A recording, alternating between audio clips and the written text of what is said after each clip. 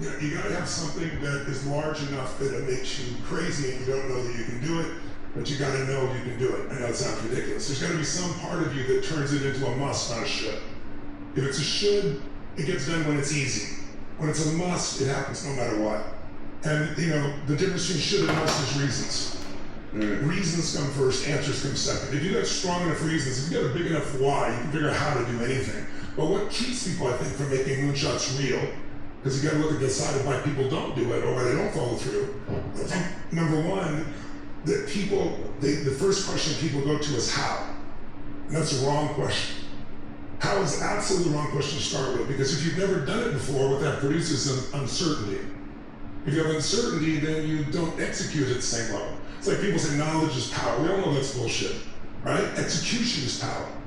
Knowledge is potential power. Execution beats knowledge every day of the week. So my bias is towards action. Even if it's the wrong action, you'll learn quicker than if you do nothing. But the challenge is people are asking how, and that produces uncertainty. What you gotta ask is what and why. If you know what needs to be done and why it needs to be done, if it's strong enough, then there's a level of certainty that will show up in your nervous system, and you'll be able to inspire other people as well. But you can't fake it. Everybody can feel it. And so if you can come up with that and find out how to turn that certainty on, that's what I do with people, athletes, business people, everybody, is how do you turn that on and keep it on? Turn that on, and then knowing what and why, you can figure out how. It's like, John F. Kennedy didn't know how to get to the moon. He said, we're going to put somebody on the moon and return to the Earth safely in this decade. And people in NASA are like, he's insane. We don't have the resources. But they did it. That's leadership. That's a moonshot, right? And it can't just be you. So that's the other part. Is it something that doesn't just inspire you? Is it something that'll keep you going when it doesn't look like it's going to work, keep you from giving up? But is it something that'll get other people to join you? Otherwise, it's just you, and you're not going to do it by yourself. There's no moonshots that are done by individuals. That's bullshit. Individuals may stimulate it, but it takes a team. It takes an army of people to make something happen. So I think, watch out for the tyranny of how. Yeah, tyranny. Don't start with how. It'll shut down your capacity. Start with what and why. Get that so strong. Then start brainstorming. There's a million hows. And if there isn't a way, you can find a way or make a way. And I think that happens. And the other thing that happens is when you succeed, you get momentum. That's the other thing I mentioned to you. There's a cycle I work with athletes and also business people called the success cycle. And it's based on the idea that you ever notice the rich get richer and the poor get poorer? And I don't mean money rich, I mean rich. Do you ever notice happy people tend to get more happy? Unhappy people get more depressed, more pissed off, right? Same thing is true in every aspect, including finance. So there's, maybe throw on the screen, I'll just show you real fast. I find this really simplistic and useful when I'm working with an athlete or somebody. So this is a cycle, it has a sequence. So if I said to you, what's the potential of your moonshot? What's the potential of any human being? What would you say the potential of any human being is? Shout it out, I'm curious, what is it? What's the potential? Oh, that was powerful, unlimited. What is it? Come on, guys, what is this? If you can't come up with unlimited in this room, you saw it in the wrong place, right? Here we are. So it's unlimited. Now, is it literally unlimited? Of course not. But it's not as limited as our thinking, that's for sure. So our potential is amazing. Now, if I point over here on the bottom right-hand corner and go results, do most people's results reflect their true potential? Yes or no? No way. Why not? Yeah, I mean, you say they don't take enough action. That's very true. Massive action can be a cure-all, right? If you don't just take massive action. Take massive action, see if it's working. If it doesn't change, keep changing. It's like how long you give your average child learn how to walk before you shut them off and go, you're not a walker. You go, no, my kid's gonna keep trying until. So yes, action makes a huge difference. However, if you don't have certainty the action's gonna work, this is what people do. They call it trying. Trying is bullshit. Trying is, I'm just doing enough to justify that I didn't give up too easily. Trying is you don't believe it's gonna work. You're not absolutely certain, so you don't tap your full potential. Who's gonna tap their potential when they're uncertain? And no one wants to fail, so you're gonna take massive action when you don't think it's gonna work. So when you take little potential, little action with little belief, what kind of results you get? Little, terrible results. And when you get terrible results, what does that do to your belief now? Believe it or not, it gets worse. Now you're even more uncertain. You tap even less potential, you get even worse results, right? Less action, worse results, and brain goes, see, now you're on the downward spiral. Who's ever done this in your life in any area? Yeah. Yeah, if you don't raise your hand, you lie about other shit too, don't you? Go on. Okay?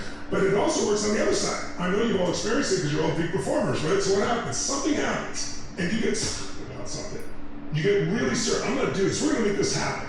I don't mean false faith, just optimism. I mean in your core.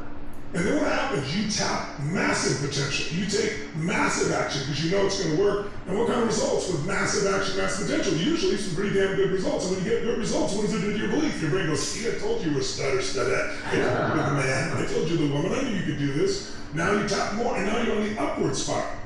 Now who here has experienced both sides at the same time in different parts of your life? Like one area is going one direction, the other is your finances go one area, your kids go in another, right? Or your body's going one direction, you get a business in another. So the way you change this, most people go, well, I gotta work on more action. Well, if you took a salesperson and he's uncertain, he makes 100 calls and says, you wouldn't want to buy this from me, would you?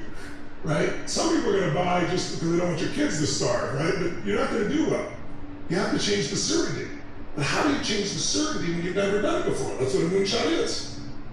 And it's so simple, you all know it, you've all practiced it, but sometimes we forget. It's the same everything great athlete does.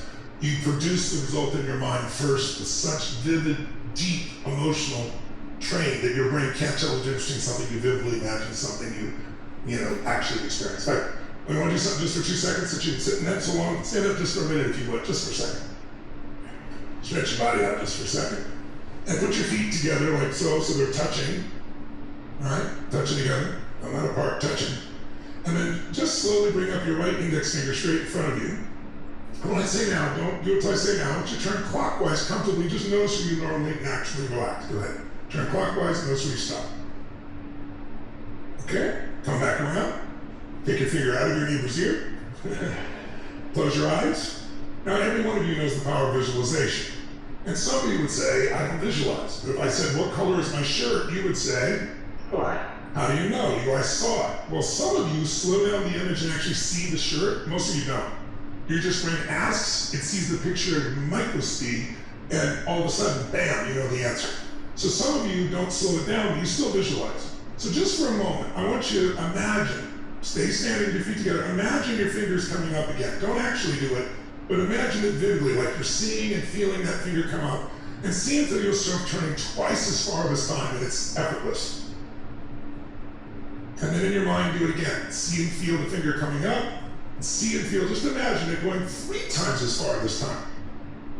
And it's fun, and you enjoy it, and you expect to go further. When you're a little kid, you'd say, measure me. I measured you last week, son. Measure me again, right? Now bring the finger up in your mind one more time, and this time feet stay straight, and this time imagine going all the way around like an owl. You go all the way around to the front. Okay, and it's fun, and it's easy, and every time you expect to go further. Now open your eyes. Bring your finger up, and now turn as far as you can comfortably, and let's see where you go this time. Ooh, what was that moaning doing there?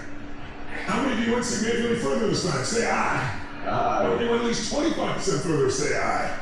Then grab a seat and just answer this question if you would for me, and that is, could you have turned that far the first time? Of course. Why didn't you? Because even though you're unaware of it, you even have beliefs about how far you can turn. A belief is a poor substitute for an experience. You can tell me what you think about China, but if you haven't gone there and have no experience, you're just telling me your belief. And beliefs can be changed very quickly. Give yourself an experience that's so vivid over and over again, and all of a sudden the certainty will be there. When the certainty's there, you come up with the answer.